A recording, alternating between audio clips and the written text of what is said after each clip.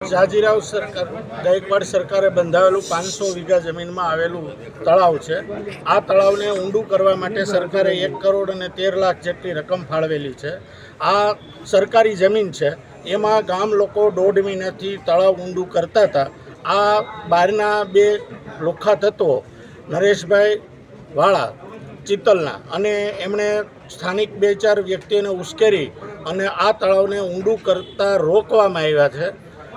ફરી વખત કાર્યપાલક ઇજનેરને મંજૂરી આપી તો બીજે દિવસે એ લોકો ટોળું લઈ અને ગાળો બોલી અને આ કામને રોક્યું છે।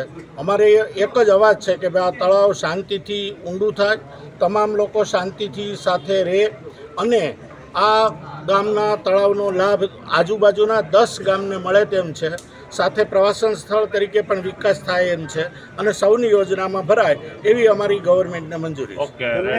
મંજૂરી છે માટી ઉપાડવાની? હા, માટી ઉપાડવાની સરકારની મંજૂરી છે, સરકારી હુકમ પણ છે અને ટોટલ જમીન સરકારી છે।